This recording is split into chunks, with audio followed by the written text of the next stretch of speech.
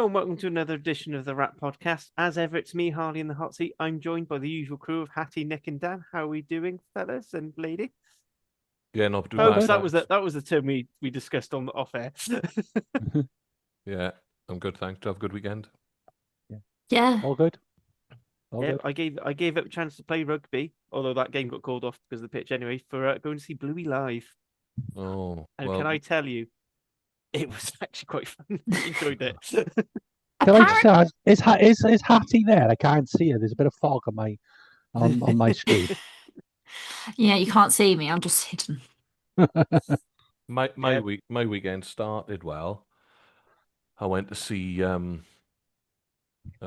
went to support the local choir, Mynyddyslwyn Male Voice Choir, whereby they had a pre-Six Nations speaker, so they had Lou Reed in their choir hall, and I know him played with Lou, so it was nice to catch up with him.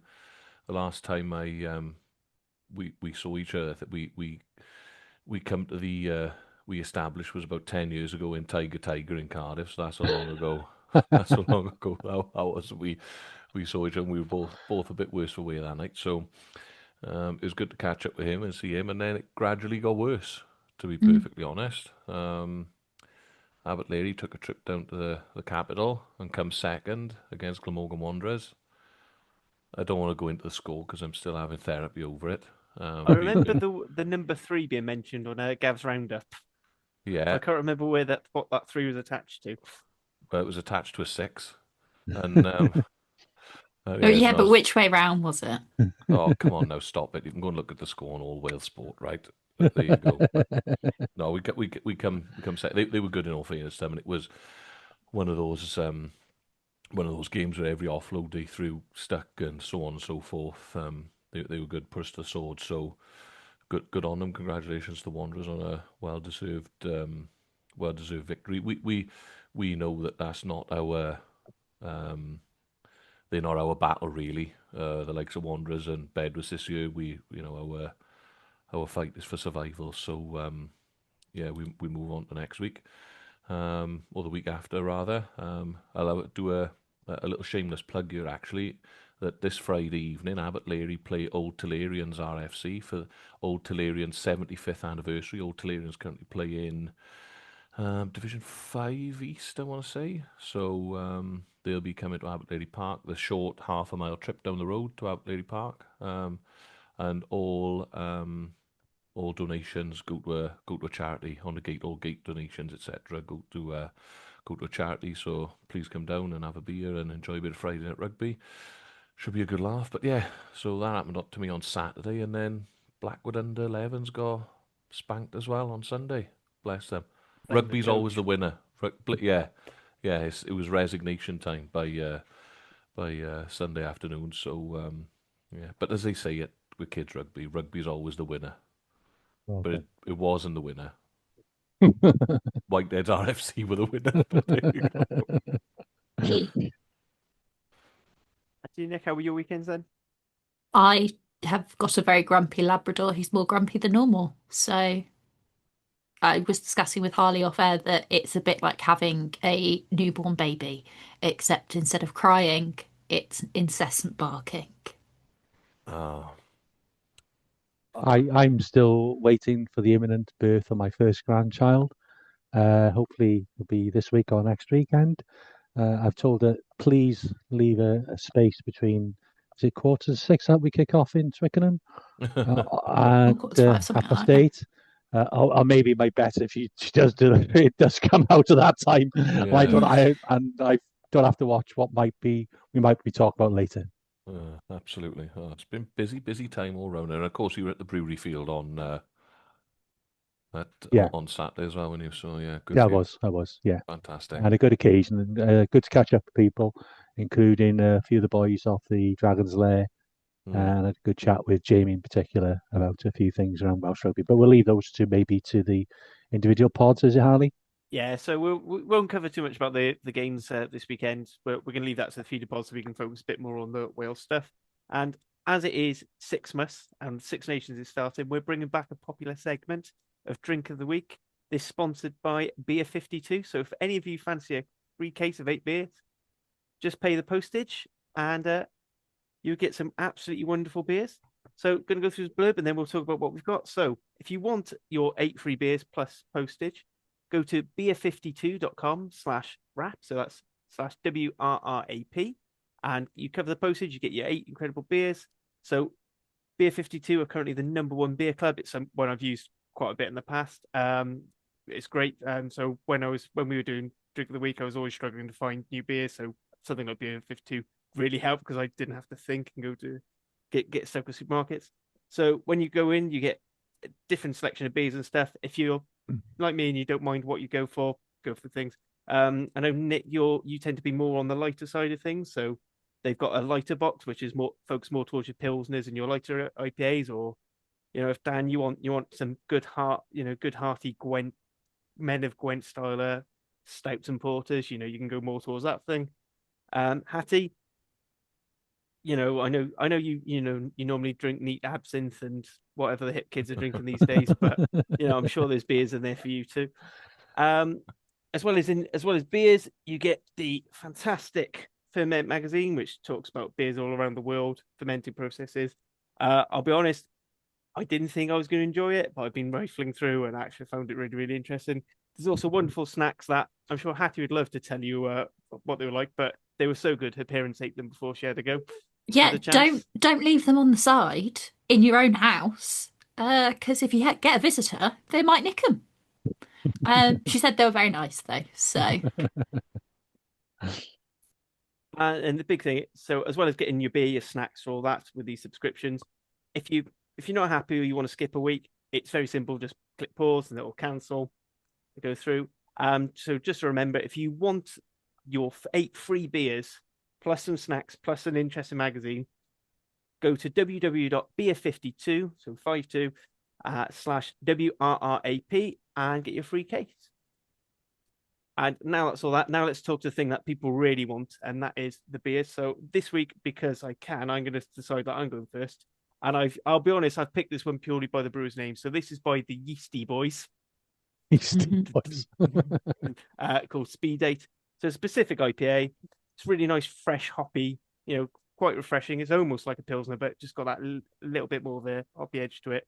As you can tell, I am a bit of a nose when it comes to these, but I do love it. It's one of the things.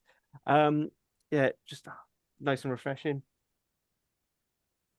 And Frank, I could just quite happily just drink that instead of talking about Wales play rugby, but unfortunately we do have other things to do. Nick, we'll go on to you next.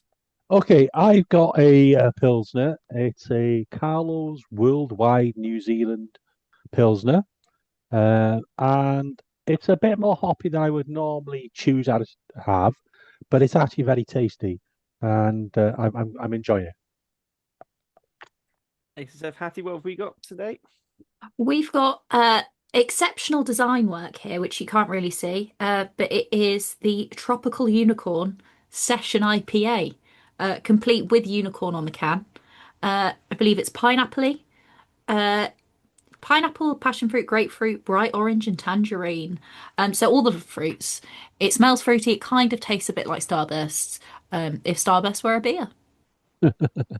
I'm not gonna lie now. I'm really looking forward to trying that one now. Because I've got that one chilling in the fridge now. Dan, fit it round to stuff. Yeah, so I've opened Strange Brewing's Citra Ciegas, if that's how you pronounce it, something along those lines. Yeah, if you can see it.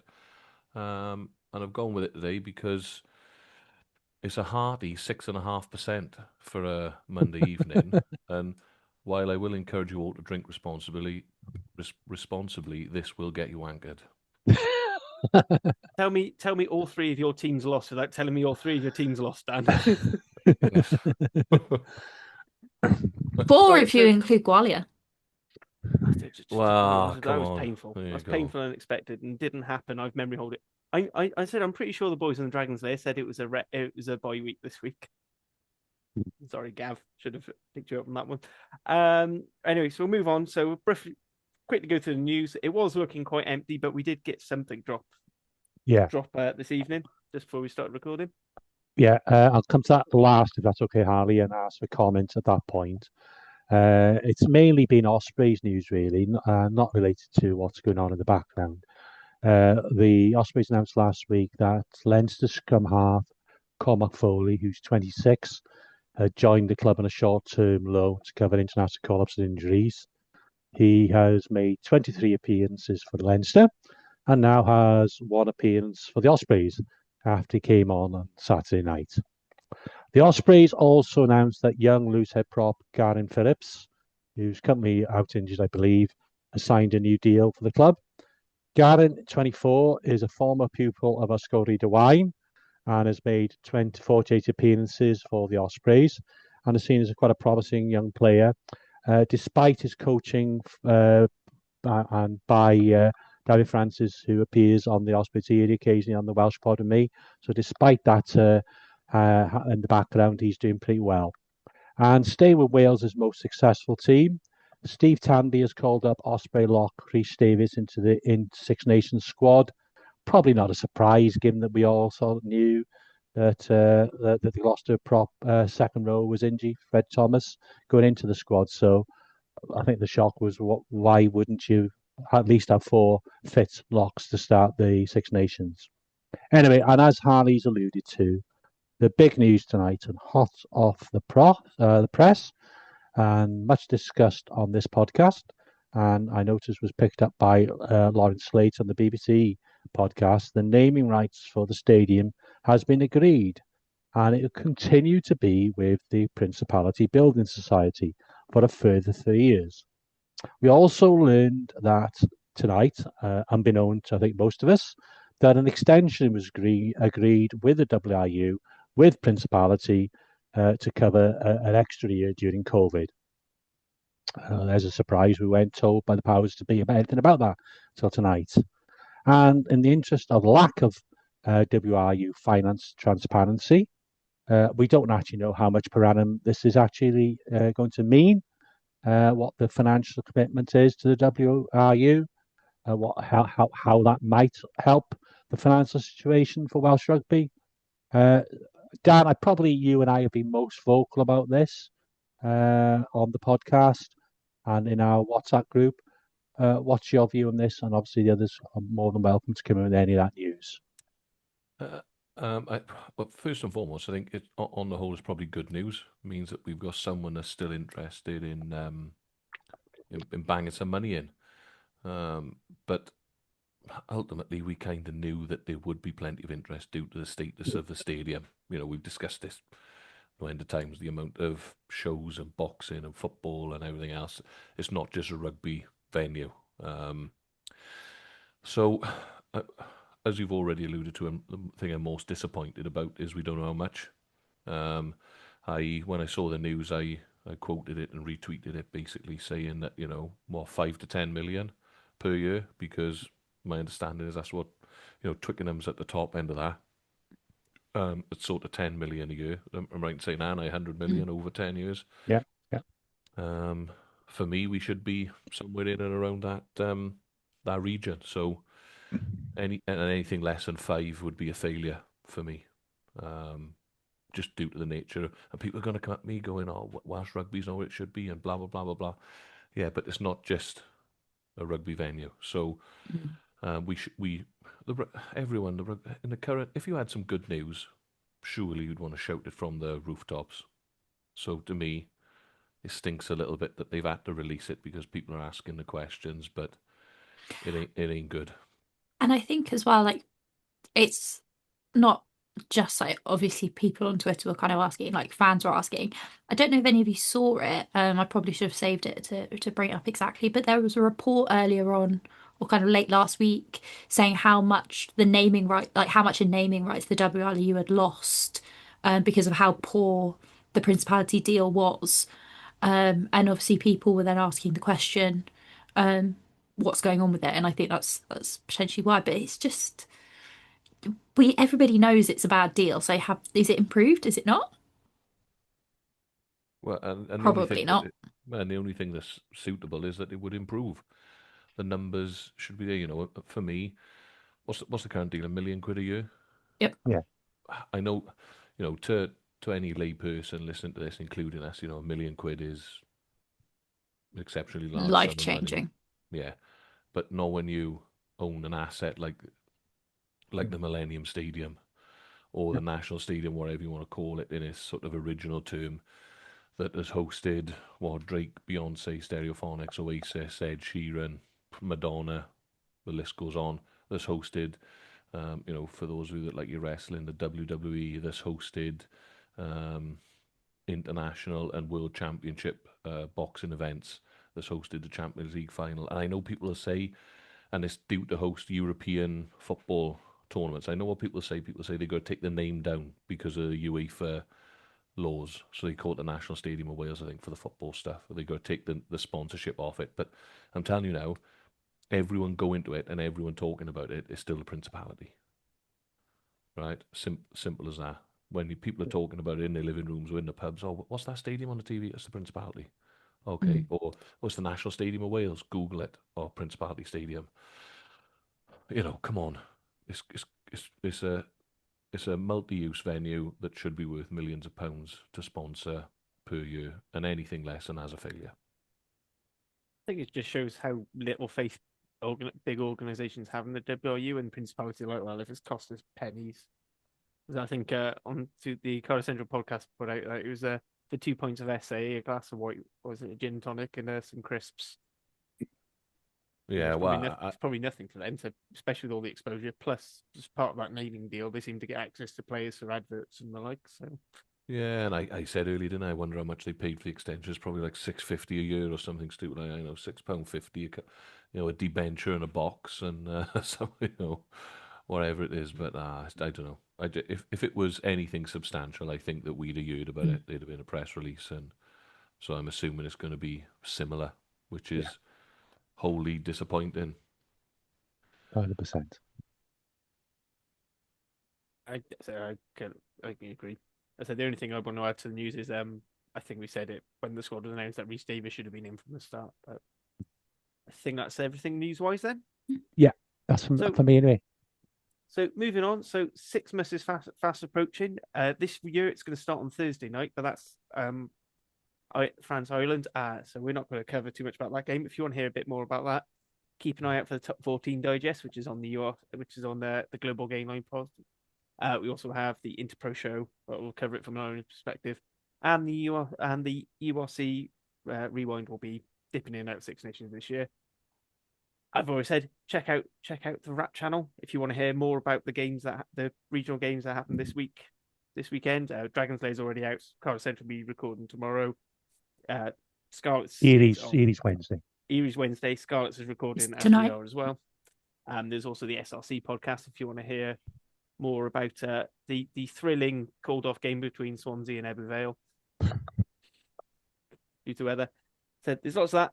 If you like this podcast, like, subscribe, leave a comment. But for now, it's time to talk Six Nations stuff. Guys, I'm going to start off this with a very down question. What's the fucking point? Wow.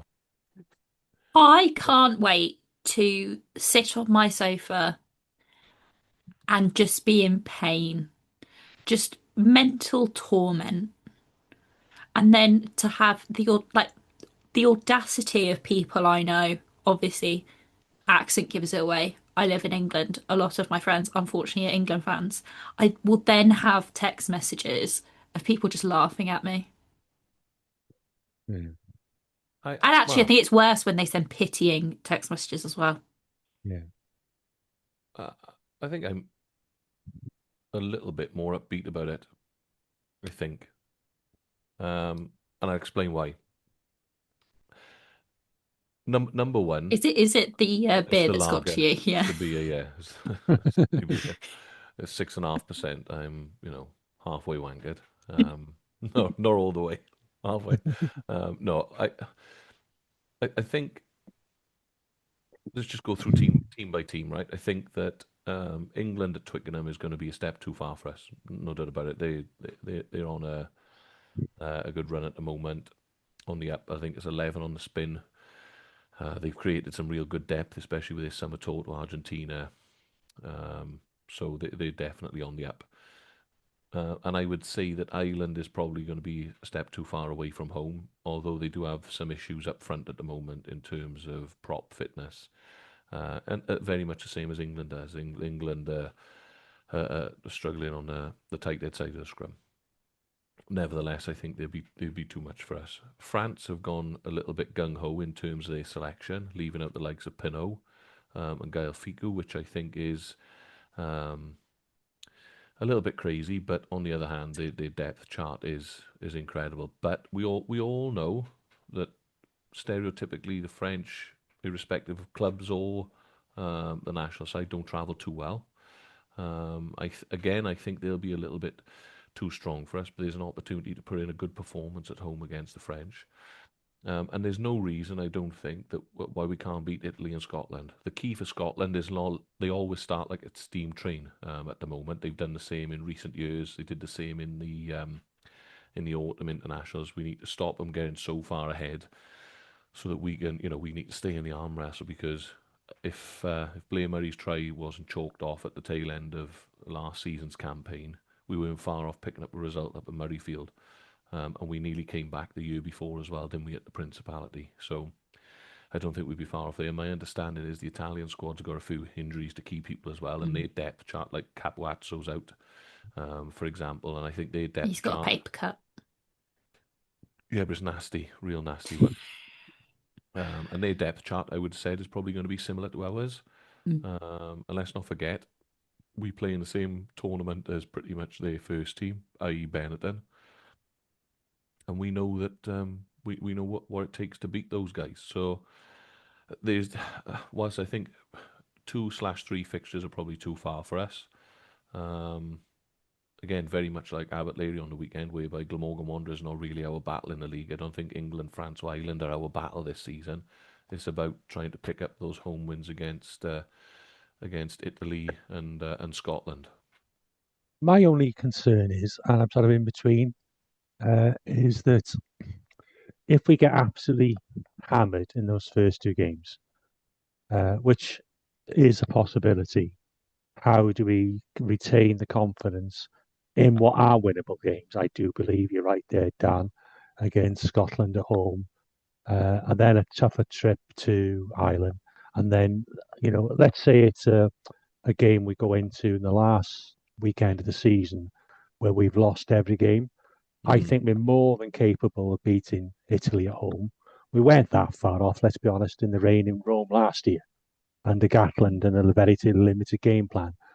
However, there's so much pressure would be on us if we go into that last game having played 4, lost 4, and taken a couple of heavy defeats along the way.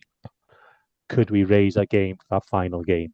That would be my biggest concern, and we'll come to it later on in our podcast.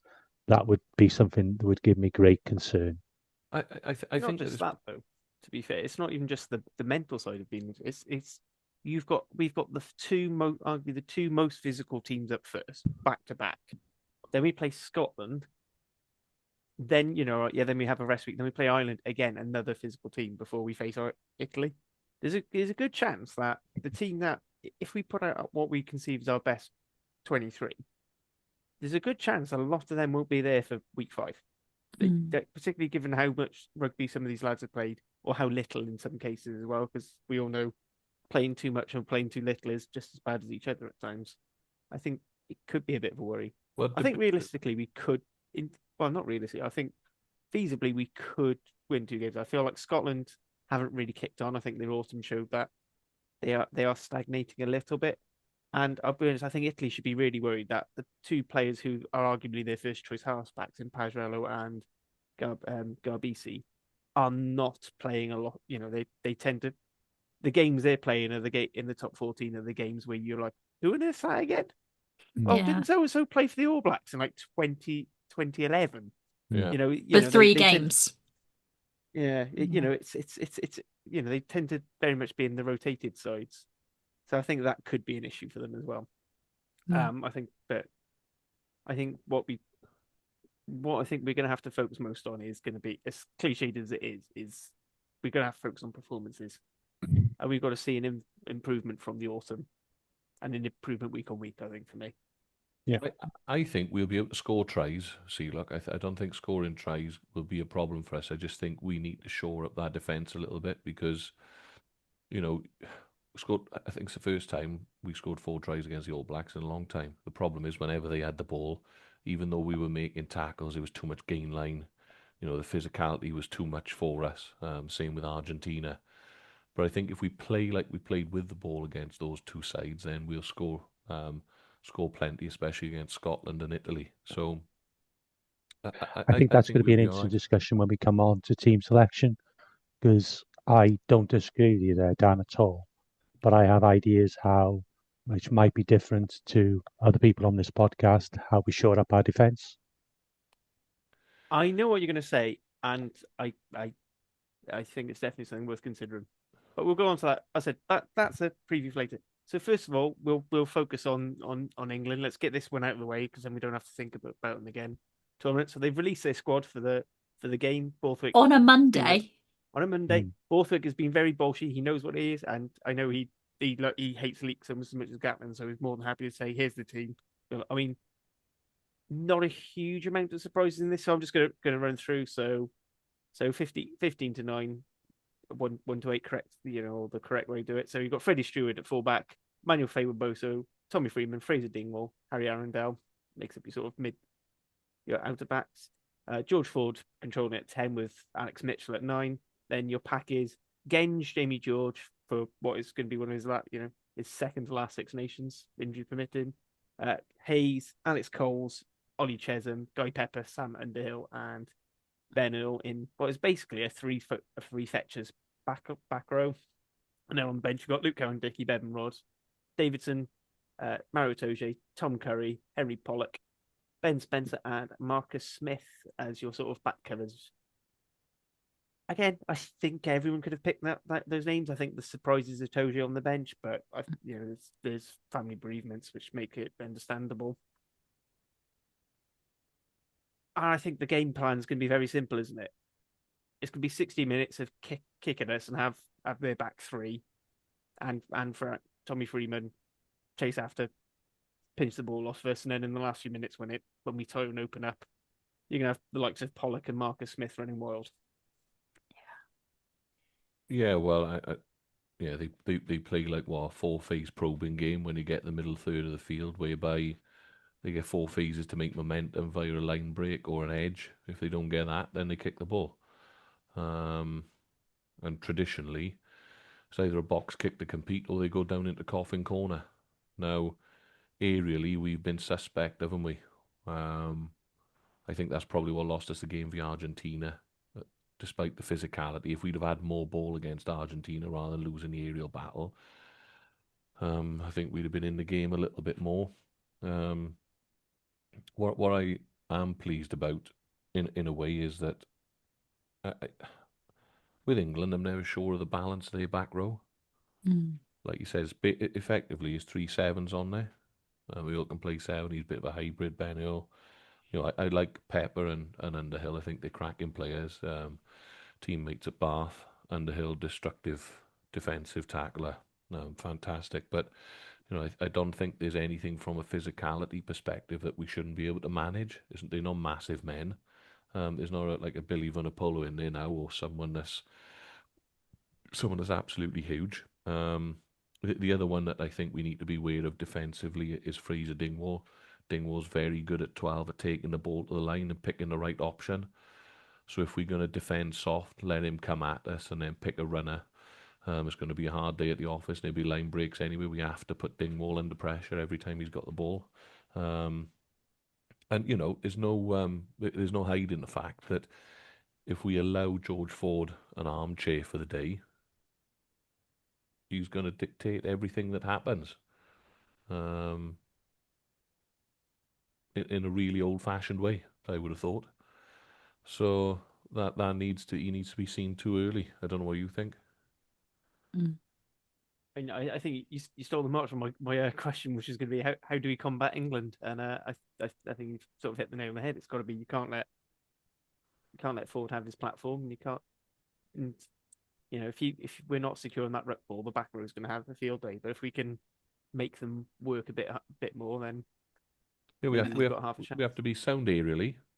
We have to be more aggressive defensively. We can't sit off them and let them pick holes.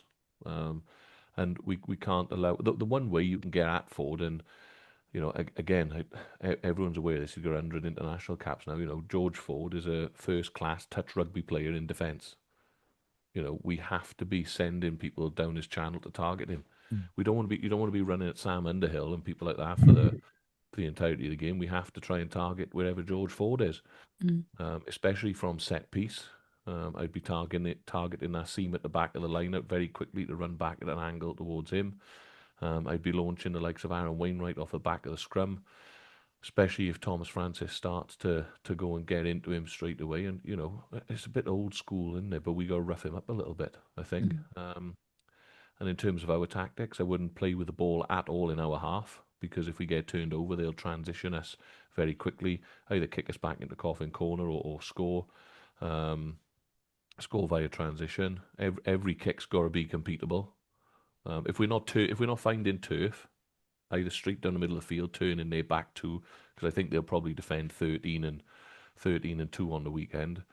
So we know that they're going to kick us the ball back. It's got to be to compete for me, and that would be from a box kick. So Thomas Williams box kicking back into the 15-meter channel, and get people in the air around him to mop up any extras.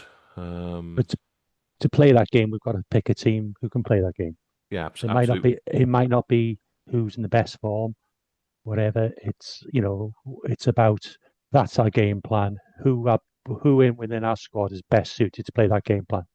Yeah, and because I think we showed, especially in the autumn, and sort of jockeys attack, that we in the middle third we do have a tendency to overplay a little bit, which is why I think. But however, it's different when we attack the way that he wants us to attack when we're in the final third, because teams are a little bit less aggressive because they don't want to concede offside penalties. They're a little bit more warier of giving up edges because you don't want to concede extra meters into your 22, and territory turns into pressure, turns into points. And if we do get a chance to kick into the corner, we've actually got a particularly good driving maul, which has been a weapon for a period of time. So for me, it would be as fewer phases as possible in our half. Every time we kick, it's got to be long and on, turn in the backfield in order for them. With a fast middle field, so they kick us the ball back, or it's got to be box kick to compete. But those kicks need to be completable. You're talking 6 seconds in the air. They don't have to be very long, and you want to be landing that ball on the 5-meter line. So you've got the extra defender in the touch line, and you can cut off the play then to the inside. Because the last thing you want to do is be kicking wide, because then it opens up both sides of the field for them to attack. Hattie, what do you think? Well, Dan just gave the most in-depth Sorry about that. coaches. Honestly, I feel like, as Dan said, like we didn't really have too many issues actually scoring tries in the autumn. It's our defences is the big problem, and it's cliche and it's really obvious. But to win a rugby match, you do actually need to score more points than the other team, and we just are incapable of doing so. And so part of me wants to say, oh well, if we go out and we get 4 tries and we get a try bonus point, like actually no, I don't know if that is a win at this point because obviously not a win, but like I don't know if that's a positive because we know that we can do that. Actually, what we really need to do is keep the other scoreline down. And I think it's going to be really, really frustrating if we get, we score 26 points, 4 tries, we miss conversion, whatever, and the other team scores 63. To me, that's not a win, but I think that's potentially something that we're looking at when we play against England at the weekend. So yeah, as I said, that back row is going to be lethal, but it's very unbalanced. And I feel like it's been chosen to. They're not going to be expected to do loads of grunt work. They're going to be expected to be a bit flashy, and actually, we need to stop them doing that. Just to pick up on that, I think looking at our stats, when we're conceding 6, 7 tries a game, we just can't do that. We've got to concede. If we can keep them down to 4, okay, and push 5 tries, there's relative success in that, and score a few ourselves. And that's realistically when we play the likes of England away. That's where we are. Yeah, I'd agree with that. And I hope as well that what they beat us at home last time, 60 or was it 60? Yeah. It was like the biggest scoreline ever for 68, England. 68 14 was it, or something like that? Awful performance. And sometimes in rugby, like fear is a massive performance driver. Now, on Saturday, when you're standing there and singing the national anthem, have a little bit of fear. It's not a bad thing. The fear being knowing that if you don't perform to 100% of your capability, you could chip 60. That's the fear. Yeah. On the other hand, it was only 2 years ago where we were unlucky not to win when Alex Mann made his debut and scored 2 tries or scored a try and what was the score? 19. We lost by 2, I think, didn't we? Lost by 2. That's the level of performance that we're looking for. Have that fear. That fear drives you, So, and just to pick up on the back row thing as well, having Pepper and Underhill in there, what that also offers them, and this is why I think it screams to me that they're expecting a kicking game, is that when teams shape the box, or when you were boxing, you want your chasers to be your scavengers, your pilferers. So what will happen is if when Wales shape the box, they'll send one of those back into the kick zone straight away. Now you can't sort of marshal or jockey people in anymore. But if Stewart or like Faye Weboso, for example, the good Welshman catches the ball, then what that allows them to do is to have a back row forward in there straight away to win the ruck. And that serves 2 purposes really. Number one, traditionally back row forwards are better at winning ball on the floor than outside backs are. And if they do win it quickly and we're in transition, it allows them to it means they got ball players on feet. On the other hand, what it means is when you've got those 2 chasing the ball, you know that the counter ruck opportunities there. So when the likes of Grady, whoever it is we think is going to be playing, goes up and takes the ball, if you throw in 2 back rowers like Pepper and Underhill into that ruck, there's a greater chance of you receiving the ball, getting the ball back on a counter ruck, because you know that if we don't resource it properly, go back row for back row, and you've got 2 back rowers counter rucking against a fifth like the Louis Rees-Zammit or the kicker, because traditionally the kicker may drop back in, then they'd be able to play against us on transition from counter ruck ball as well. So those selections as well tell me that they're less worried about ball carrying options, but more about ball retention and ball gathering, the ball gathering capability. And let's not forget the likes of Genge, Chesham, Jamie George will do the grunt of the ball carrying work for him anyway. So yeah, it'll be interesting to see what it's actually done really as well, is when you think about it, it's given Tandy and everyone else an opportunity to pick a side that they think can suitably counter that England selection. So it'll be interesting to see what we go with. And that selection is very. The way it's once again proven that it seems to be that England are copying the box with everything, whether it's going for the the disgusting thing they call the POM squad and all that, and they always seem to be following for game stuff. But even they're going out earlier saying, "You know what we're going to do? You stop it." And Which, to be fair, is the sort of arrogance actually that I tend to find when England sides have that. That is when they're good. Yeah, and I think what you'll probably find on the weekend is our starting 15. I think we spoke last week. I think there's maybe some semi-contentious decisions in the squad overall, but I think the starting 15 will probably be more than competitive for potentially 50 minutes to the hour. However, I think their their bench will be stronger than ours. They're going to bring the likes of Maro Itoje off the bench, and we're not. And that's probably where our depth will become tested. But what have we got to lose? There's not a rugby soul there's not a rugby soul in the world that thinks that we are going to go up and trouble England on the weekend. So we're massive underdogs, and that probably suits us. And it's not just we haven't got anything to lose. England have quite a lot to lose. not just in terms of like nobody wants to be the side that loses to Wales, I think, at this point, especially not a team that's quite high up like England. But they are lineal world title holders. They do hold They do hold the the Rayburn Rayburn Shield. The Shield. Well Rayburn done. Shield, yeah. Yeah, it's interesting with the Wales thing. Nobody wants to be the team that loses to Wales, and I was thinking about this earlier on. Actually, I wonder whether we're fast becoming the Italy of like sort of 7 to 10 years ago. Is Jack Morgan going to be our Sergio Parisse, whereby we're in the doldrums for the next decade, but we've got one or two world-class players that would walk into any team. Yeah, absolutely. I think how about we'll do some team selection now, and then we'll try and talk how we think this team should play and how we'll think at least make it respectable. Now, before we go in, I just want so we've already highlighted that the teams that we were selecting were fine at scoring tries, but not so good at defending them.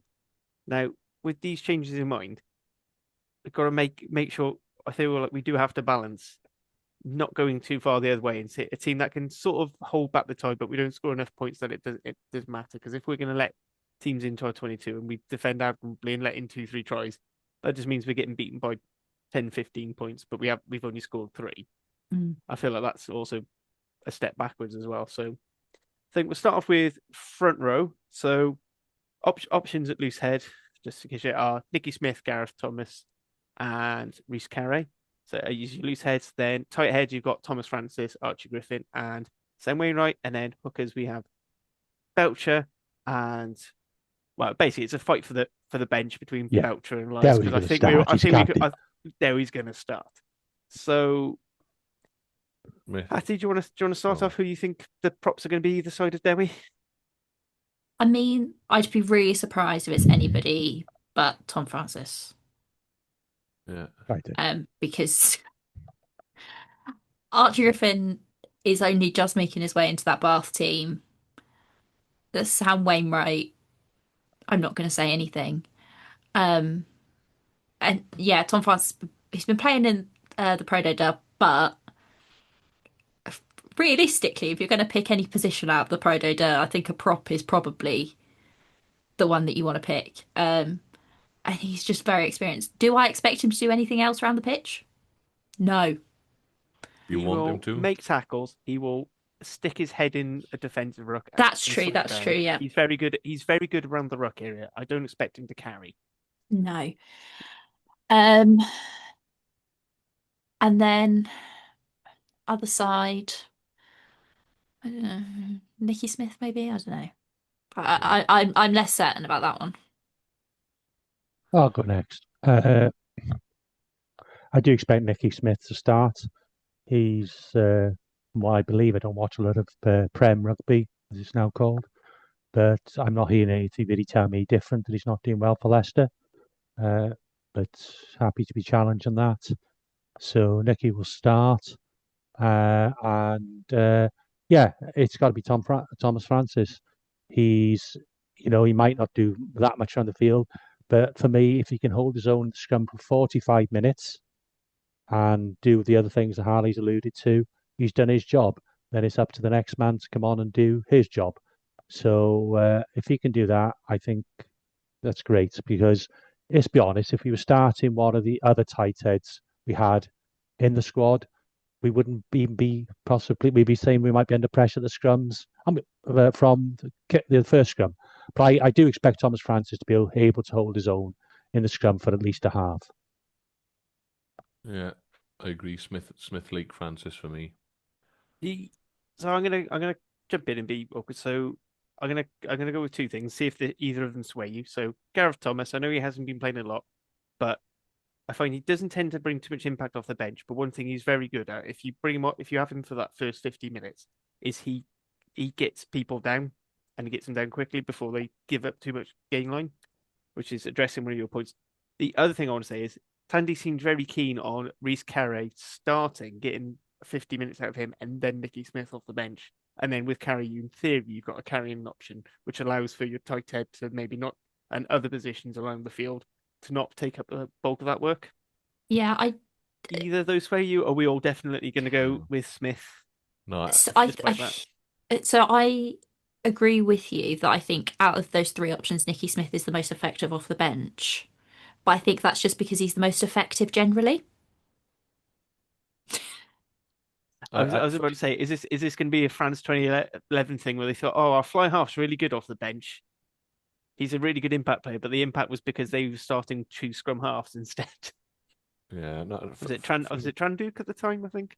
Or was it Freddie yeah. Miklat? I can't remember who the particular fly half was, but they played. Oh, God, I think they were playing Morgan Parra at 10 or something like that, something odd like that. Anyway, so yeah, so right, that's so moving on to the favourite bone of contention.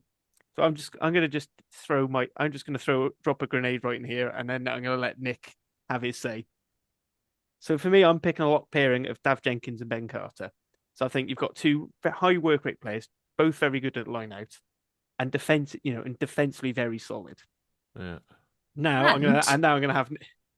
Do they carry more than once per game? Oh, my nan carries more once a game. No. Anyway, so I know what Nick. So Nick, I know you're his biggest defender. I purposely haven't done this wind you up. This is genuinely my thought of just going for people who are gonna go through. Argue the case for any different. If you want to go for Rhys Davis or Adam Beard, No. whichever Well, pick. I would. All I would say is there's only one of those internationals ever won at Twickenham, and it's neither Dav Jenkins or Ben Carter. And Adam Beard has been selected by Gatland, Gatland again, and Tandy as a starting second row.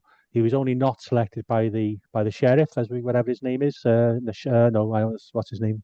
Sherritt, whatever his name is, because he wasn't fit. What you get from Beard is a very good liners operator, hit rucks, tackle. He's not the best guy in the world. I'm free to admit that. He's nowhere near the very highest quality second rows, but he'll do a job for you. I can see a strong case for Ben Carter, and I wouldn't argue. But what I would say, if Beard is not selected to start, he doesn't feature in the 23. He'll have no impact off the bench. So you put him on for 50 minutes, does a job in the line out, does a job defensively in the line out, tackles and hits rucks. If that's not what you want, well, then then you've got to go back to then who's the best ball carrier in the second row, and it's probably none of the ones they've selected. It's probably going back to Levi Douglas or something like that. He's the only one that consistently hits the gain line. So, or even old Matt Ball. But it depends what you want. Beard will do his job, and he's consistent. He's a 6, 7 out of 10. And as far as I know, he's the only one that's been selected in Team of the Week in the Pro 14 this year. So Montpellier perhaps think more of him than any Welsh fan. Can I counter one of your points? Of course you may. So on him being probably our most experienced and winning at Twickenham, etc.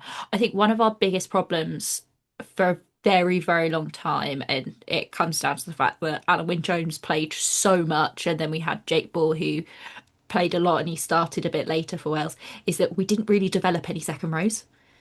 And so we then had a problem when Alan Wynne-Jones was tired of just not really having second rows. And I think for me, we're in a rebuild phase. We know we're not going to really do anything this year, might not do anything next year. Hopefully, we've still got something to do the year after. But Dav Jenkins is what, like 23, 24? Ben Carter's like 25. For me, I would much rather start those two and have them gain experience than Adam Beard go out and do, say, an equal performance and him being, what, 31, 32? He's 30. He's an old man. He's 30. He's older than me. That's all that counts. Oh, sorry, I dropped off then. We were talking about Adam Beard. Yeah, I start Beard. I stop caring now. Start Adam Beard. Watch how good our scrum is with him in there, and go from there. Bring one of the others off the bench. Yeah, you've ground me down. I hope you're all happy. Start Beard. Look, if Teddy Williams was fit, I'd be having a different conversation, yeah. But Teddy Williams is not fit. He's injured. I've got nothing against Ben Carter. I think he has a good future. And Dav Jenkins has improved this year. I've had my doubts about him, but he's a young man and he's stepped up this year. So as I say, if you want to start Ben Carter and Dav Jenkins, that's fine. But in that case, there's no point having Beard in the squad.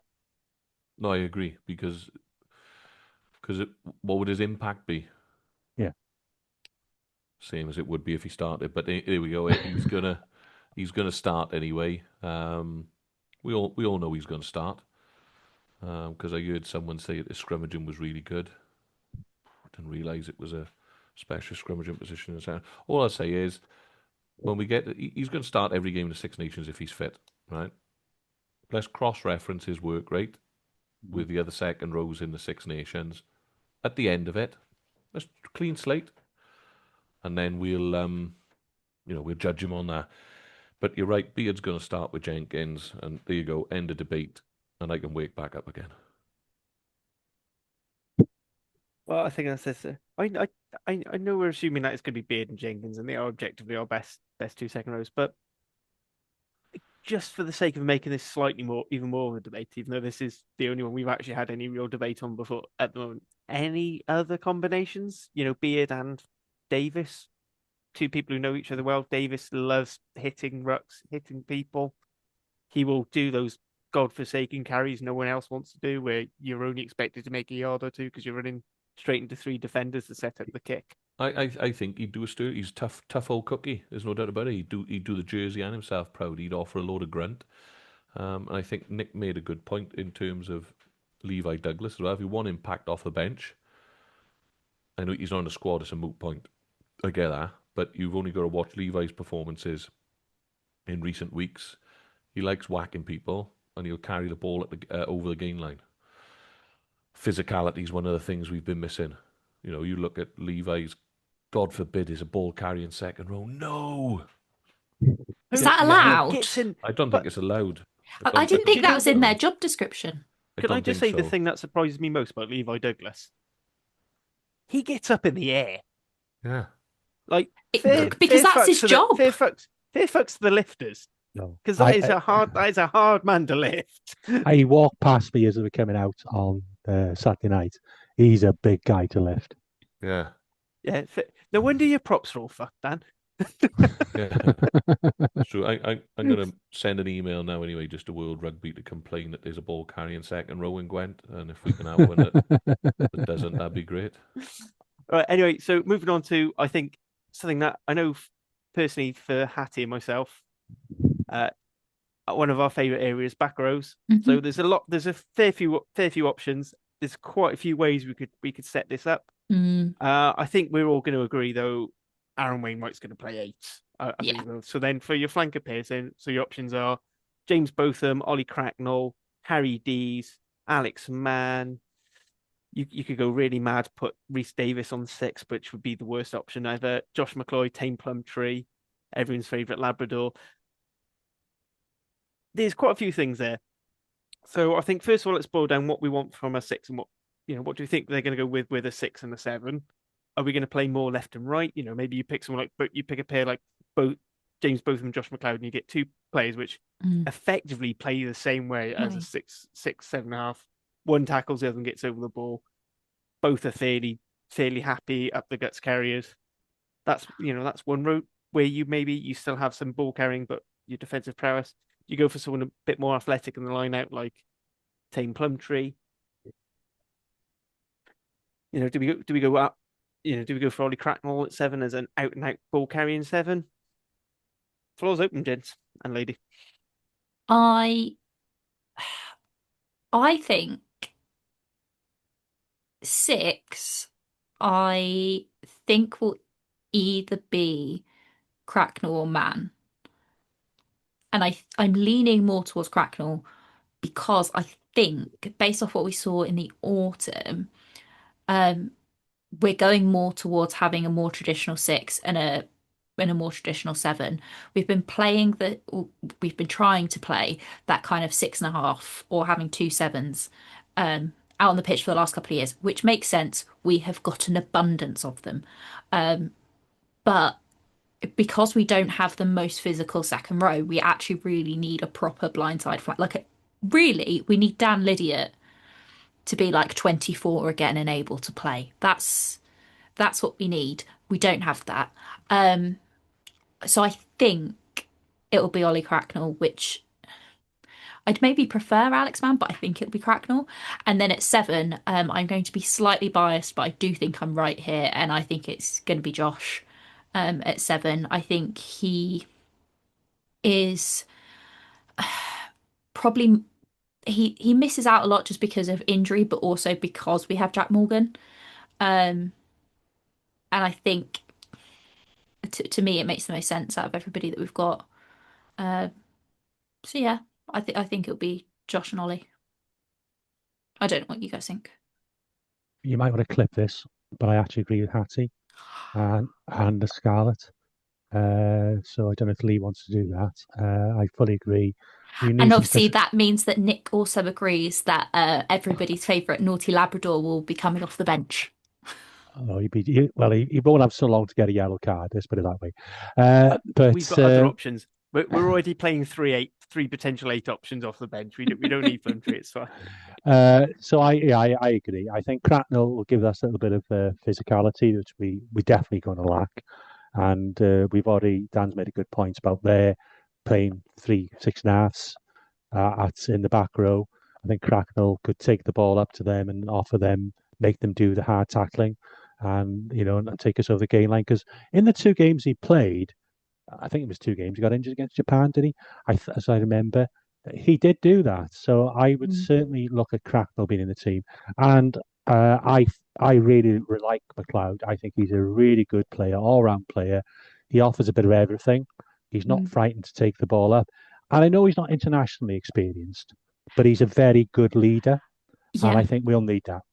and I think just to just go on his kind of leadership. Sometimes having a leadership option, it's more about your personality rather than your experience. And I think with the situation that we're currently in, I think in the fact that apart from a couple of people who are a little bit older but aren't leadership options, he kind of gives us a very level playing field to play off. He speaks really, really well with referees. He speaks really, really well with other players. So Well, that's another point for Adam Beard as well. Thank you, Hattie, for bringing that up. is he a leadership option? Yes. Or was it by default? No, he's done it many times. But there we are. We'll move on. We'll talk about the back row. I don't want to put Dan Dan, to do sleep. you want to come and do some? Why am I always the one who seems to have to come up with alternates? Dan, come up with something alternate, please. Yeah, I'll go Cracknell and Wainwright to start. But I think that I would scrummage them differently depending on whose ball it is. So on our ball, I'd play Wainwright at 8. Oh, a bit of Ireland women's nonsense going on there. I think he's a little bit Loads better of off. teams do it. I think he's a little I bit know, better I off the hate base it. of the scrum, yeah. And then I'd probably defend him at 6, just 'cause I think he's a little bit more dynamic than Cracknell is. But I think you've got 2 good ball carriers there. And then I'd go for an out and out 7, and I'd play Harry Deves. Ooh.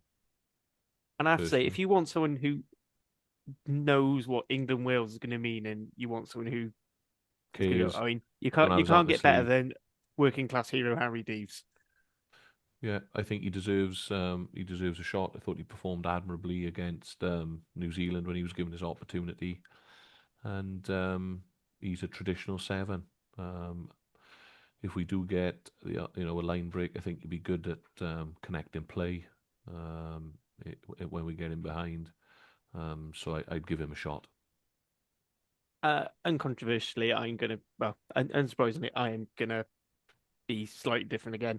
I'm gonna have Cracknell on my bench, as I think he's a great impact option. Now I'm gonna have both of them at 6, purely because people forget whenever he plays for Wales, he does fucking well. Yeah. And whenever he plays for Cardiff, he does very well. He's very physical. Who? And I said, James Botham. Ah. When you see, I just think the way I just think can see the potential of him. I know the issue we always say was when you play 2 6.5s to 2 7s, but I feel like James Botham has enough experience of doing that sort of role of becoming more of a 6 when he needs to, or more of a 7. And they're both very good at getting people down and coming over the ball, and they're very used to actually knocking someone down.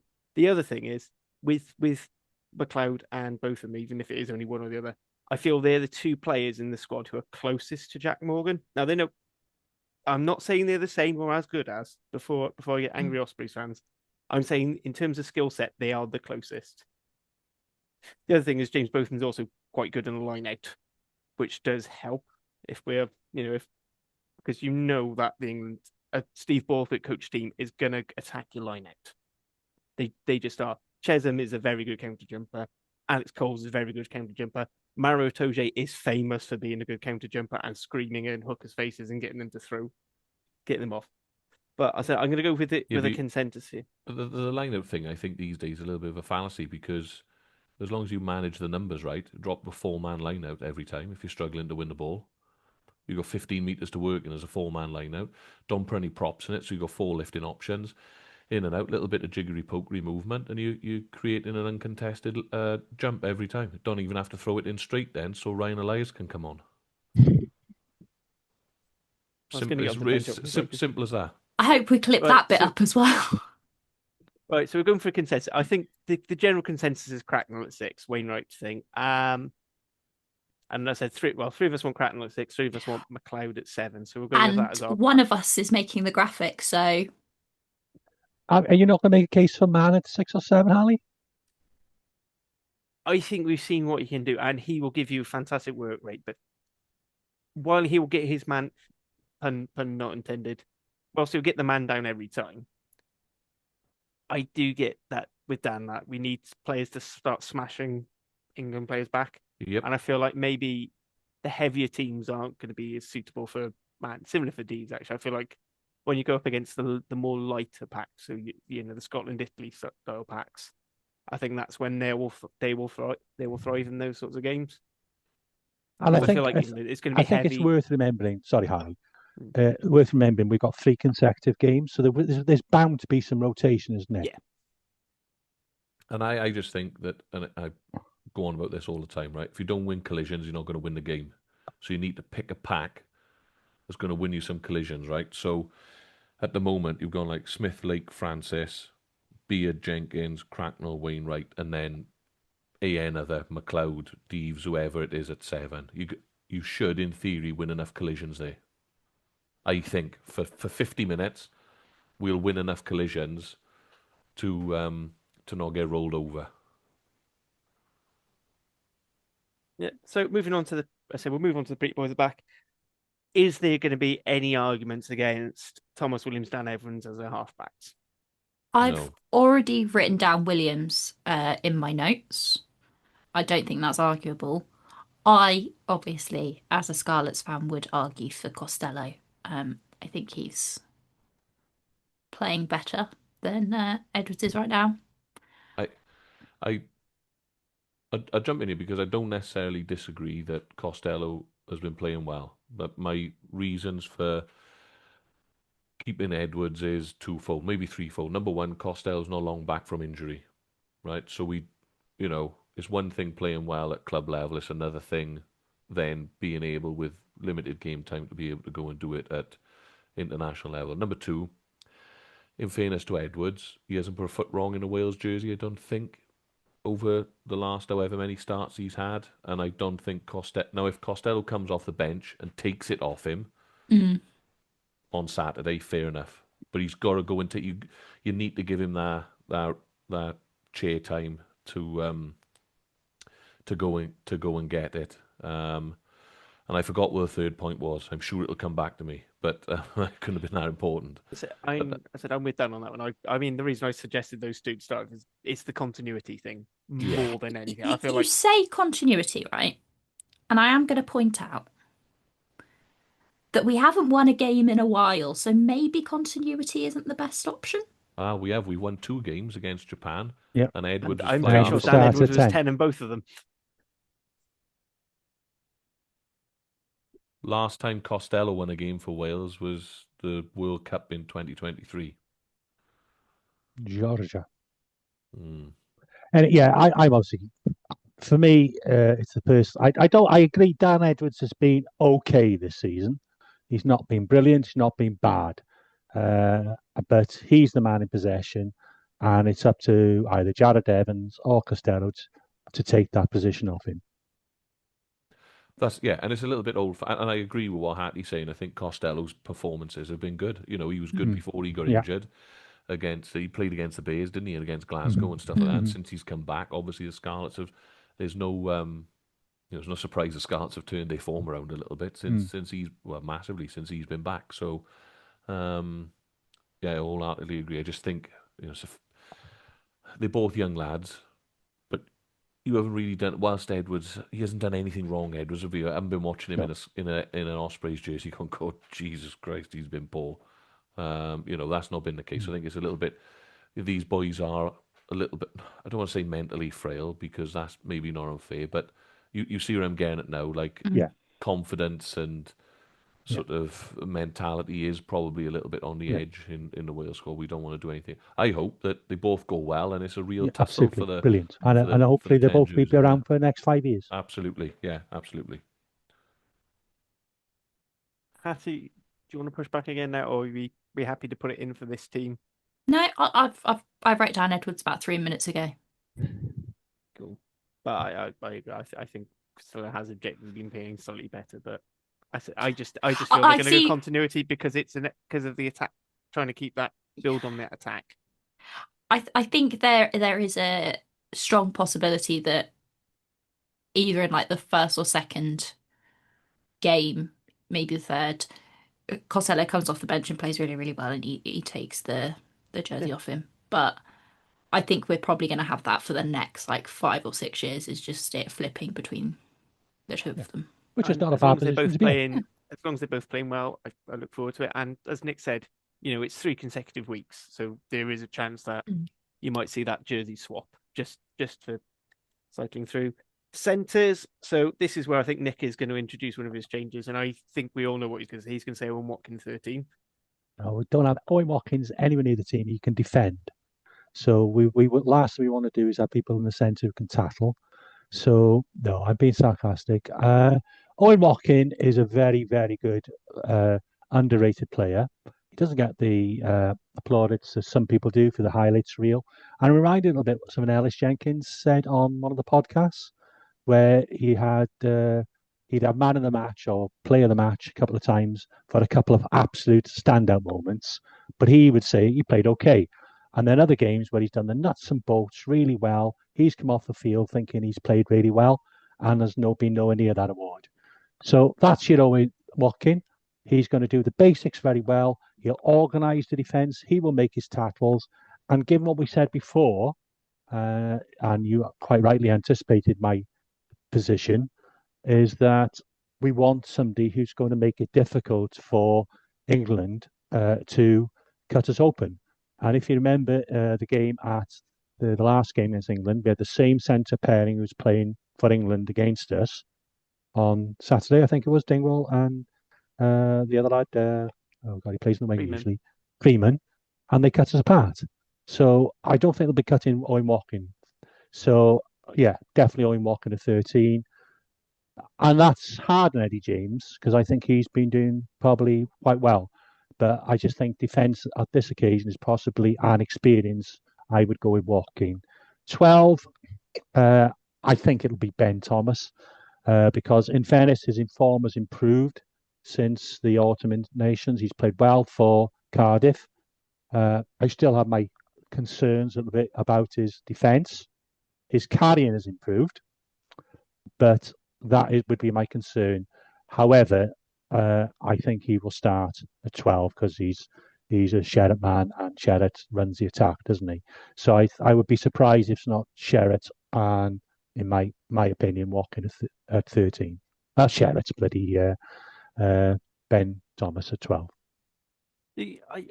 I'm genuinely surprised. I thought you'd go basically say is because we've got Owen Watkins, who isn't particularly much for ball carriers.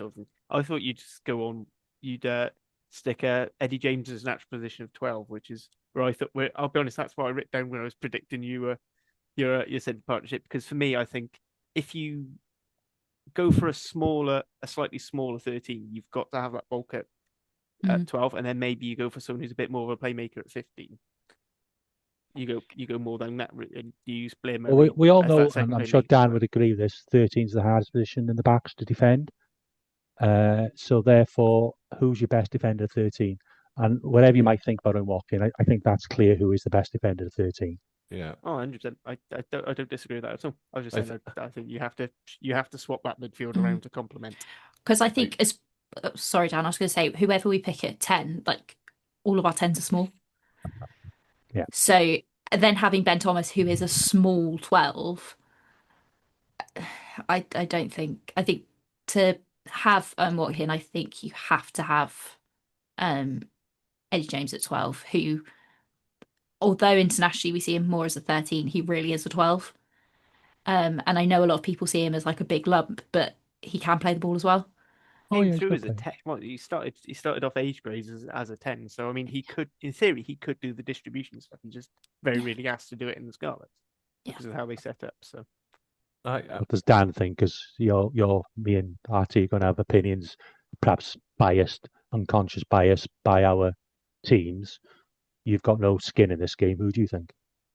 Oh, Nair and Owen, obviously. There we are. No, I think you got to look across their back line as well.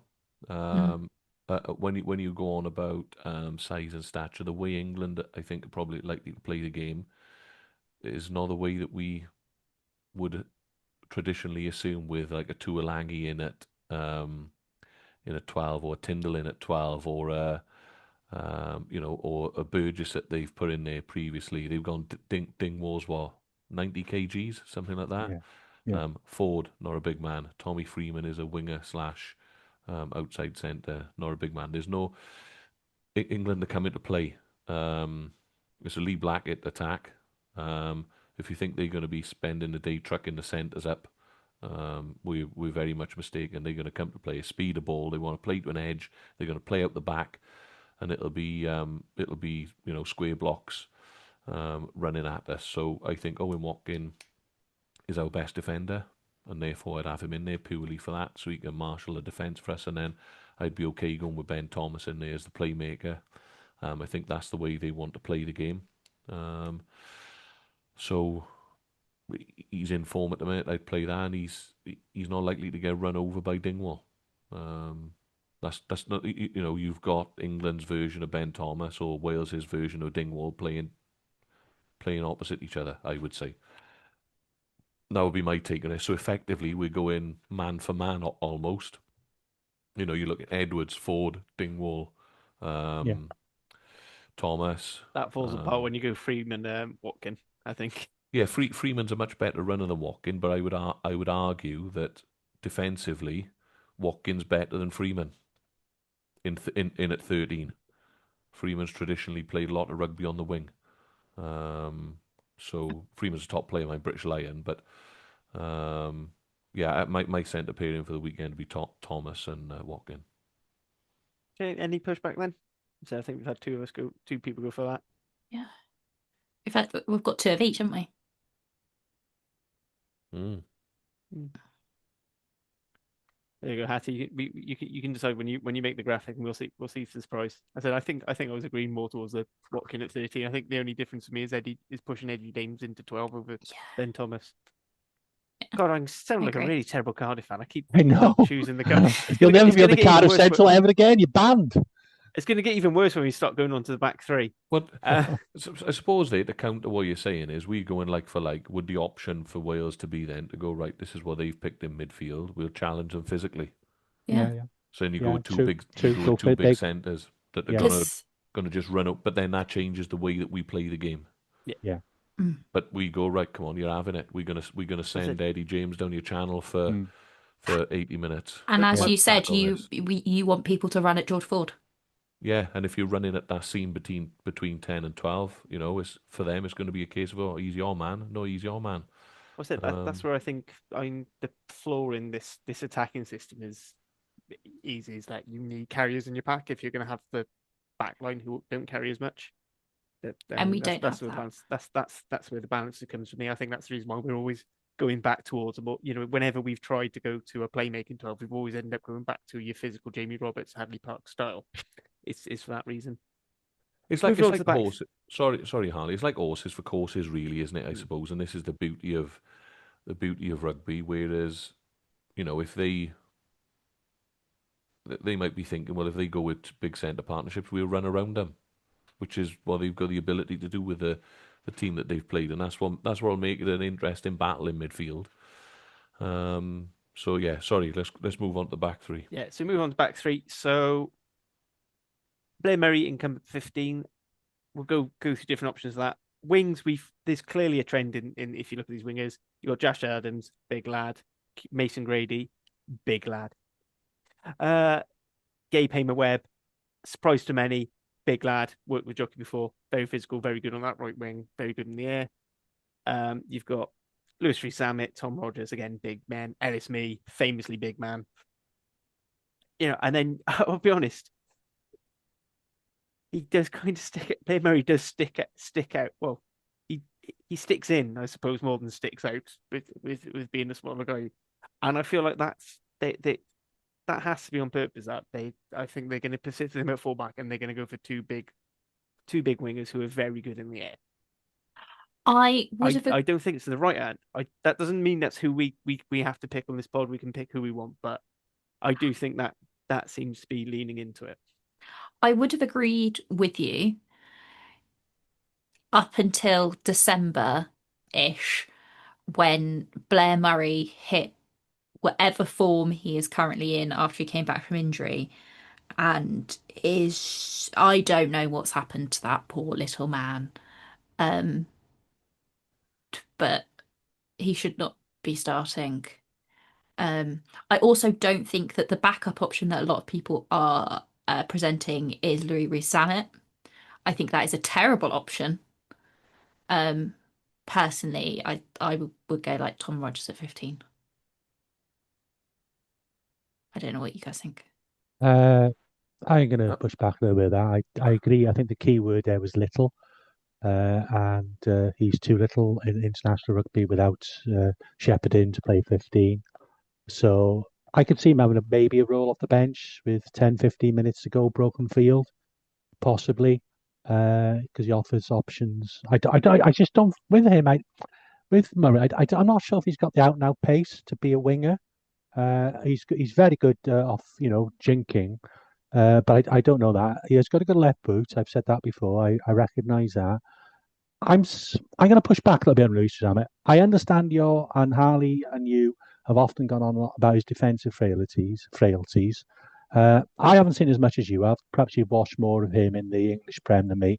But what I look at his figures, he's beating defenders I think he's the highest, one of the high per game. He's certainly up there, the highest carry meters, highest defenders beaten in the English Prem. Why wouldn't you want to get him on the ball more than you would have on the wing? He's got to catch it first, I accept that. But once you get him on the ball, he is going to cause problems to any defence in the world. I agree with that. In terms of Louis, the Murray thing is interesting. Just going back to that, because his left foot could be particularly useful. On the weekend, you think sort of line out right hand side of the field, our 10-meter line. We got 9, 12 out the back to 15 long 50-22 opportunities. That's a sort of easy start to play just to relieve the pressure. There's going to be a lot of kicking on the weekend, no doubt about it. If we want to be in the game, there's going to be a lot of kicking. But he does have his frailties under the high ball, and it's a little bit like Hobson's choice, really. I think at 15 for us, because we haven't chosen an out specialist fullback. What I will say for Murray as well is, if we do get him on now 1v1, again, we all know they're going to look to play out the back. So they're going to look to play shape at the back, flow in backs around the lines. It's going to be something like 10, 12, 13 short out the back to 15. You go out the back again to a blindside wing coming in, this sort of thing. But what we do have is Murray has got the ability. We saw what he could do up in Scotland last year. late on. He has got the ability to score from deep. But then I'd argue that Louis Rees-Zammit, if you put him in that sort of space, he's probably a better finisher again. So it's about for me, whatever we do in whatever position those lads playing on the weekend, it's about creating those 1v1 situations or 2v2 situations where they got an outside shoulder and a weak shoulder to attack at, so they can get in behind defenders. So if we give them that opportunity, they'll cause all sorts of problems. But I do think we have to be sound under the high ball to start off with, which is why I'm going to go Adams on one wing. I think I go Rogers on the other wing, and then probably just because of the out-and-out X factor, Louis Rees-Zammit at fullback. However, I'd be concerned about his kicking game. That's my back three too, just to save time. All I'm going to say is, I watched him dropping a lot of balls under no pressure. I'm happy for the reasons why you'd put Louis Rees-Zammit in the team, but for me, I think he's a far better winger than he is percentage of fullback. Whereas I feel Tom Rogers is being wasted on the wing. I think he is a better fullback. I would have them the other way round. Yeah. So that's Scarlett's not helping there, are they? He needs to be playing at 15 then. Well, that's where he Is started he at off, and 15? then That's when where they he started playing Blair started Murray at 15, and for they Wales. need to change it back. They moved it. For me, I think with Louis Rees-Zammit, we had it before he went to the NFL where people were saying he needs to play at fullback, he needs to play at fullback. And I think part of that is that we've had a series of wingers turned fullbacks in Wales who were excellent wingers and then they went to fullback and were world class. So we seem to think that Louis Rees-Zammit will be a good, and in theory it sounds wonderful, but in practice he's just not very good at it. I think you miss out on all of the really good parts of Louis Rees-Zammit. So, for example, when he is stood out on the wing and his rapid acceleration, when he's at fullback, his rapid acceleration isn't as quite as useful. I think his defence is not good enough for an international fullback, and as Harley said, he drops an awful lot of high balls. I'd also say that his stats for Bristol are slightly skewed by the fact that he also played a lot of this season on the wing. Does his lack of defence make him not a better choice to play at 15 though? Because 15's role is just last man. So but I don't trust him at last man. I want them. Yeah, so I want someone who knows where to be for that, and that's me personally. Also, I feel like in a jockey attack, the way jockey likes his back three to row, your 15 tends to be more of a link man, and then 11 and 14 almost rove as a pair, and then they all sort of interplay, and whichever one has the better option will just out and out gas. Actually, weirdly, in the way jockey set up his Cardiff team, you'd actually be talking about Zammit at 11, I'd say, because typically the way they want to play, your left-hand winger is your out-and-out pace man, and Zammit is the quickest of our back three options. And then and then you'd have someone who's a bit more physical, more than happy to go for that pick and go. Where Josh Adams, I think, would be very good. Where we try and get Mason Grade in that sort of system. That's how I see it looking. I mean, we're arguing horse for courses because at the end of the day, how they're going to run that backfield is you're probably going to have those three plus Dan Edwards, maybe Ben Thomas, dipping in and out of the line and covering. Yeah, they're going to dip in and out depending on who kicks the ball. Yeah, because kicker drops. We are literally arguing about the same three people. Yeah, so I feel like it's almost it's just which number. It's almost like when you've got two flankers and which is 6, which is 7. Which is 7. Which in France makes no difference because they just play left and right. I'd just throw this into the mix one last time before we kind of move on, because you are right. It's the same three people. Just which way do you want to play them? But where will Louis Rees-Zammit get more touches of the ball? That will depend entirely on how they set them. I mean, if you're talking about a jockey attack system, left wing. Yeah. Now, where will he get more touches of the ball? Fullback, because this is international rugby now. There's going to be more kicking again. It's not a club game. It's going to be more kicking again. You will get more ball, and if you think about it from a coach's perspective, now, mind, if you were setting up against Louis Rees-Zammit, right, that does change your kicking game a little bit, doesn't it? And your chase, because you are going to be going, you cannot kick loosely or poorly to Louis Rees-Zammit. You cannot kick him the ball right down his throat, with a 20-meter run up so he can pick off a prop forward or a type 5 forward. You can't do it. He has got the genuine world class ability to go the length of the field. None of the other players haven't. So you'll get more touches on the ball at fullback. However, if you play differently and go, right, every time we kick the ball, we're going to kick to him, we're going to kick the Contestable. corners, contestable, or we're going to make him turn, so then he's got to kick the ball. Mhm. His kicking is probably likely to be the poorest out of the lot of them. Yeah. Therefore, they'll have good territory gains because his kicking will be sort of Bring back Lee Halfpenny. well, I was going to say, perfect. I just wish Beetham didn't have that horrible injury straight after his red card against Toulouse and that But horrible run. Because but this is why for me you need a specialist fullback because you mentioned Lee Halfpenny. Then Lee Halfpenny could defend last man. Yeah. Could take a high ball. Not the biggest man in the world. We're on about No. big men like Blair Murray. Not the biggest man in the world. Could finish and could Yeah. kick. Okay. He was. Yeah. And I this underrated distribution game as well. and he could distribute. Yeah, this is why I brought up Angus O'Brien last week because I'm not saying he's a Lee Halfpenny, but Angus is a traditional fullback, can do all of those things, kicks the ball miles, Mhm. And is in red hot form. and is in hot form. So there you go. But And just to hammer the point home, I think this is where the Scarlets and Wales generally have kind of messed up development a little bit with the likes of Tom Rogers because he is a fullback. He's just been stuck on the wing for the last like 2 seasons.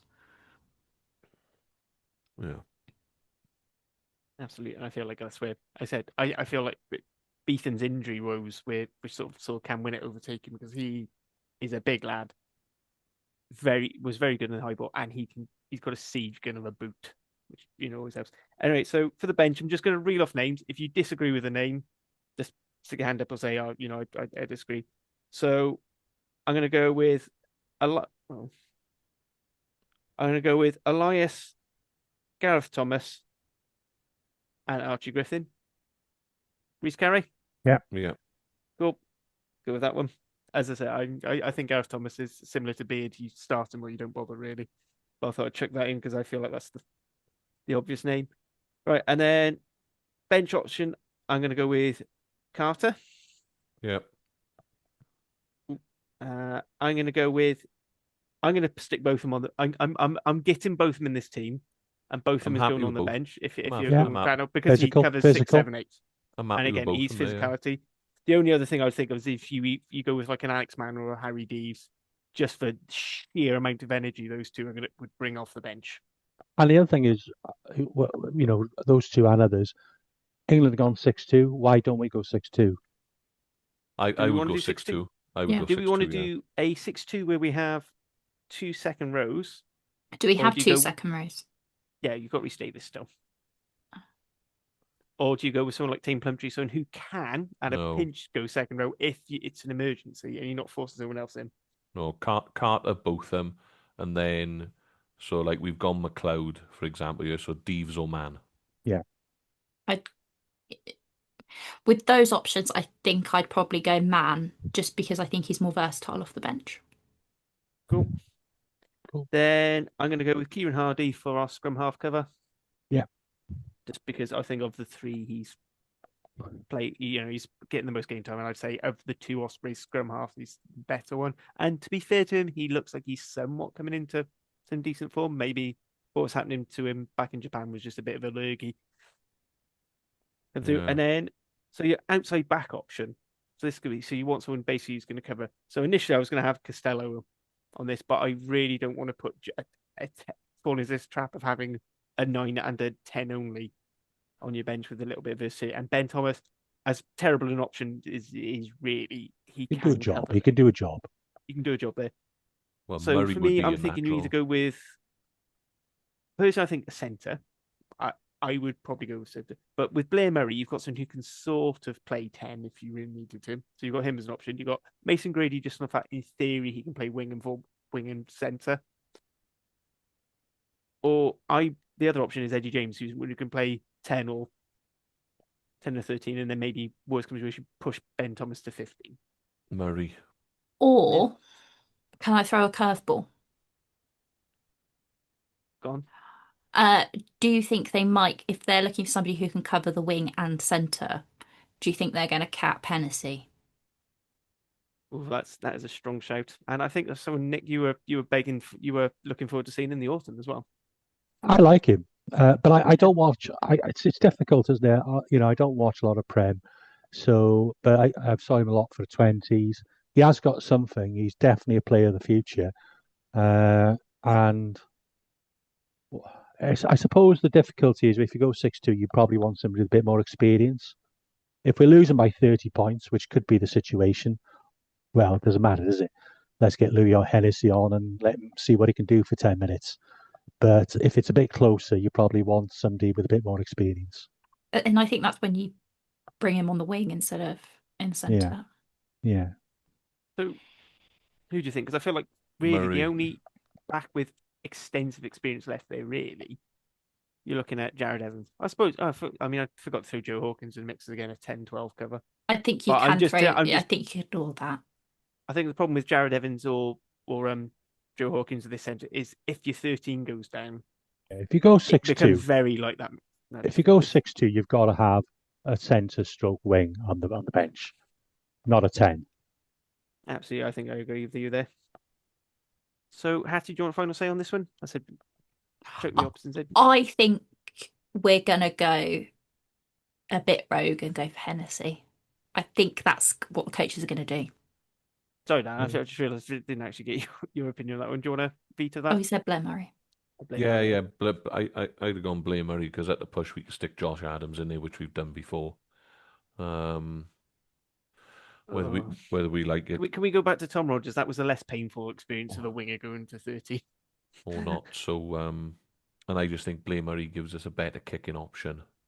And he would be good in broken play, wouldn't he, in the last 10 minutes? Yeah, and I do feel he's probably a better, because you think Marcus Smith most likely, unless there's an injury, is going to come on at 15 for Stewart. Yeah. So I feel like we're almost trying to counter England, but almost. No. It's like that's fine. I'm swayed, but I do like the idea of giving Hennessy his debut. I just think if you're going to give him his debut, play him in his natural position. Because, the last thing you'd want, right, is whilst he can play on the wing. He's been playing on the wing recently. Like the last couple of he's natural 13. He's a natural 13, but it's different to going on the wing and being pet. Because the first thing I do if I was Borthwick, then you get a message on as soon as you see Hennessy on the wing, go, right, start kicking him the ball, please. And it's a shit old place to be in front of 80-odd thousand at Twickenham, getting peppered with eyeballs and seeing the likes of Freddie Stewart and Tommy Freeman bearing down on you. So I feel like the weakness we get with when we go for 6-2 is because if say 12 or 13 go down, I mean 12, and then you're pushing Josh Adams and Tom Rogers who don't play there regularly, and then all of a sudden there's a hole there. Like, I mean, this is the risk of 6-2s and 7-1s and those sorts of benches that hit your balance. This is all assuming we're going to be in the game, isn't it? With 20 minutes to go. Weirder things have happened. Otherwise it's all a moot point anyway. You might as well go for might as well give all the WRRAP. Just stick all the WRRAP. Oh Christ, not that bad. Family off of the bench. I reckon I got 20 minutes in me. for one cap, I reckon I could hold on the side of one scrum. Scrum up on side. You'd be surprised, right? It's funny. Well, it's international Harley worthy. The pace of it would absolutely blow your socks off, right? Rugby's rugby, whatever level you play at, right? Obviously, it's the same all around the world. But the pace of it would blow your socks off. It's like when if you go running, it's like when you watch, you'll jog or whatever, and they watch a marathon runner, and they're running like 5 times faster than you, and they're running bloody 26 miles. Yeah, you were used to you'd be playing, the league player at 8-9 second rucks, and they're playing 2-3 second rucks, and you're like, whoa, I've just run from side to side here and done absolutely nothing. It's chaos. Obviously, we're all familiar with Phil Dorman. Former Newport and Exeter Chiefs legend, narrowly cruelly missed out on his World Cup, but obviously he's coach at Sidmouth RFC when I was, well, still is, and when I was there. And he normally he takes it pretty relaxed when he's training with the boys, and unless he's actually due to play, unless he's going to actually play, but if he's not playing, he's a bit more relaxed, so you've got half a chance. one day he decided to take it seriously when I was trying to defend him when he was playing at 10. And I could not get anywhere fucking near him. It was just like, oh, and you're thinking, he's been retired like 2, 3 years. And he's still in, Yes. I mean, he still does loads of running and stuff, but like, and you're just like, Christ, there's no way I could take this. There's no way I could deal with this if this is like an actual professional side. Admittedly, I am very, very terrible. The speed of it would be interesting if like a member of the Joe public to a Yeah. supporter just to go and have a look Yeah. at Hit a have a rock. run. Hit a rock. well forget just the rock speed hits of back, it the rock could hit you back. the physicality of it then thereafter where you've got someone where you're running into someone, it'd be like running into a small car, and Yeah. be insane for people to. I don't think people realize the No. Look, the I speed, genuinely power like, in it. the prospect of like being tackled by, even like, I think even by tackled by George Ford, I think what's left of my skeleton would turn to dust. And I know he's not the strongest to tackle it, but I mean, like, Yeah. it's, still, it's a bit different, when you're bouncing off, a 6'6", 18 stone bloke, the 5'11" and maybe 13 stone ringing wet. Yeah. Anyway, that's a team. Hattie, I'll see what surprised you. I think consensus, although Dan does make a penalty argument, I'm going to go, I am slightly swayed towards Hennessy just because we're getting You stomped always by do this to me. I need to speak to HR. It's just because it's because you're Dragonsy, and as we all know, all 50-50 decisions must go against you. It's fucking true and all that, isn't it? And are we doing what we actually want and having Carter start, or are we going with what we think and having Carter on the bench? Oh, look, don't mention. And for those of you that are listening to this whilst driving, the term Adam Beard will be brought up. So please pull over into a safe space so you don't fall asleep whilst listening to this pod. Okay, we're gonna go stick Adam Beard in there. So Last chance saloon. oh yeah, the Beard supporters club will be sending letter bombs to my house or something. I expect otherwise. So just stick him in there. Anything for quiet life. Anyway, so that's that. So we'll just go on to predictions for the game. But before that, Nick, just to give you some even more good news, it's time to tell you how well you're doing in the prediction league compared to everyone else, which is very. So you're unsurprisingly still in first place on 94, and looks like you're going to be the first one to break a ton. Then next up is Dan on 81, which is a bit of a drop. Then Hattie, you're third on 79, and then me just behind on 78. So my reign as top predictor champion has come crashing fucking down. Now I'm actually on a podcast with 3 people who know what they're talking about. I don't care. I'm not on the bottom anymore. My problem is I've backed the Dragons every week. I need to be more A lot realistic. of my issues have come by either not backing the Dragons enough or backing them too much. Too much. To be fair. See, it's the Dragons' fault again. Always blame It's the their Dragons. fault. It's always the Dragons' fault. I mean, I also expect the Ospreys to act like the team with the best team and with the deepest squad in Wales, and that's usually when they decide now, oh no, we're all broken. Anyway, so that's that. So let's move on to Six Nations predictions. So first of all, I would like your score, a simple how many points you think England are going to beat Wales by, and then where you think Wales are going to come, and who you think is going to win the Six Nations, and those ones we will post up at the end of the tournament to see how close we are. So we will start.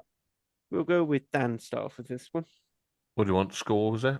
So score prediction, where you think Wales are going to come, and then who you think is going to actually win the Six Nations.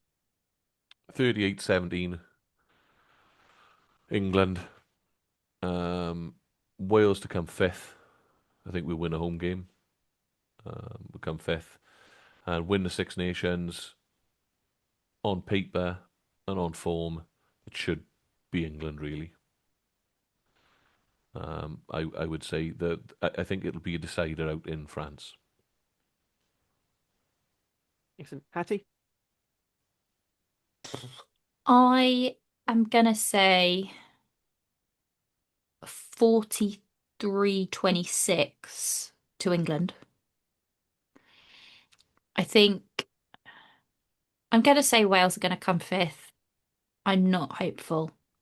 But if I don't say 5th and have something to look forward to, I will jump off a roof. There's some very good names coming up in for potentially for Wales women. Yeah. And then, um, who do I think is going to win? I really don't want it to be England, but I don't. I think France have gone with such an experimental squad, and I think Ireland are so broken. And form, unfortunately, I do think it'll be England. And do you know what? We're not going to hear the bloody end of it. Nick, England 48-12. And what was the winners, was it? Where are we going to finish? Sorry, where are we going to fifth. finish it? I think we will beat Italy. But I'm not, as I say, that depends on a lot of other factors. And finally, I think France will beat England in Paris. So I think France will win this in the Six Nations. I understand what people are saying about some of their surprising selections, but they've got so much strength in depth. Their under 20s have been very successful the last 3 or 4 years, and a lot of those players have been brought into the setup now. And I'm going France. And I can see that. And arguably, like people have been on about Pinot. Pinot's not been lighting it up for Bordeaux. You know, you No. saw him get mugged off Have by you not? Pollock Have a you? couple of Have weeks you not? ago. Have you not heard his thing at the moment? He doesn't want to be a top try scorer now. He wants to be a top try assist. So he's now trying to get. He's now trying to assist more Yeah. tries, which You is the know, reason why he's not scoring any. and Which I have to Figo, say is the Frenchest thing I've ever heard. it Yeah. is. And you know what Figo can do. So I don't disagree with that, Nick. I just want. Do France have to go to Ireland? No, that's because the starts Thursday night, isn't it? Oh, yeah. In Paris. So See, France go. Sorry, Hattie. France go France are home away. to Ireland, to So us, they home to Ireland in England, and they go away the Blues. to No, Wales and the Blues, the other two Blues. Yeah, Wales, Scotland. Oh, that changes things. I think it might do. see, It's too late now. It's locked in, Dan. You should have Oh, can checked the I fixtures before. make a Yeah. bonus prediction? Go on. I don't think it's going to be a Grand Slam year. Okay. Yeah, that's a good point. I think I so France don't start well. So I wouldn't be surprised if they didn't win at the weekend. Well, Thursday. Thursday. Um, and then I think they'll beat England at home, but then I wouldn't be surprised if they randomly dropped a game because they went for an experimental side. Against Wales. Yeah, I think we underestimate, the fact that Scotland traditionally always doing well in the Calcutta Cup as well. So, Ireland, they're going to be there or thereabouts as well, aren't they? The reality is it's probably split in half. The Six Nations, I would say at the minute, it's a shootout between England, Ireland, and France for the championship. I think I agree with Hattie that may not be a Grand Slam this year. But it'd be a typical Scotland thing, wouldn't it, to go and play brilliantly against England and then get rolled over by Wales. Something along those lines. So, but do you know what? That's what makes it the best reoccurring rugby tournament in the world. What about you, Harley? D- You haven't had your prediction. Dan was kind of stealing my big trump card, where I think we're going to lose about 49-3. I think we're going to take a penalty at the start, and then that is just all going to unravel. But despite that, I think we're going to finish fourth because I think we're actually going to undo Scotland because they'll be high off beating England and Twickenham. Because I agree with Hattie. I don't think it's a big Grand Slam, although England really should be walking this tournament. I think they'll get cocky, like Ireland did the other year.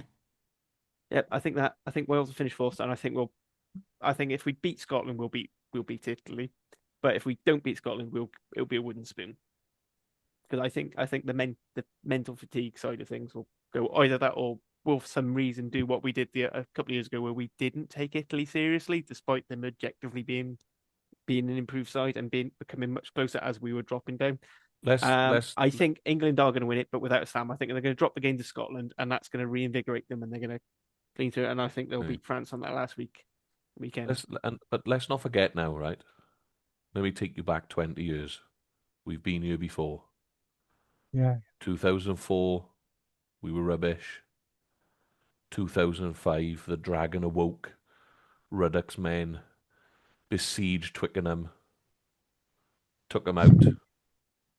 Come on, are you with me here? Where's Michael Sheen when you need him now to give me some like sort of? I was expecting you to go into a full Michael Sheen thing. Yeah, I could- I You could do it, carry but you on. did it yourself. With eight players selected in our 15 with Osprey connections, what it's guaranteed we're going to win. There you go. It's perfect. So why not? And you know what happened in 2005, don't you? Say it. Say it out loud. Yes, I did. We won. We won. Yeah. What did we do in the tournament? We won the Grand Slam. Some guy kicked a penalty who shaved his legs Well, and put a bit too much fake tan on. hey, you've heard it here first on the wrap. Wales are going to win the Grand Slam. Oh God. There you go. I apologise. But All we need it is would some appear that razors and some Gareth fake Sinclair tan. I was going to say Gareth Sinclair from the Dragon's Lair podcast has purchased a very realistic Dan skin suit and joined the pod. It's this 6.5%. It is. Yeah, that's what I did it. So a couple of just the few last bits of housekeeping then. So don't forget we have the whole tournament kicks off Thursday night. That'll be on ITV. Sorry, I don't say that. We've got Wales under 20 playing up in Northampton Friday night at kickoff at 7:45. That'll be on BBC. Hopefully Scrum 5, but I think it's on going to be SPWRAP buried as well. on the iPlayer. So keep I think an it's eye an on that. SPWRAP as well. And there you go. I believe Nick, you said beforehand all the Wales games are going to be on SPWRAP anyway. I think so. Yep. If not, they'll be on ITV, and that is a 20-5 kickoff, so 16:40 if you use 24-hour clock on Saturday. The thing, and obviously no women's rugby because they sensibly have moved it closer to the summer, which means slightly better pitches. That's on them. Anyway, if like us, you need a bit of extra chemical assistance for getting through, remember beer52.com/WRRAP, WRRAP, to get 8 free beers. Just pay your postage. And with that, thank you, Hattie. Thank you, Nick. Thank you, Dan. Thank all of you for listening. Enjoy your rugby and Nostar. Nostar. Nostar.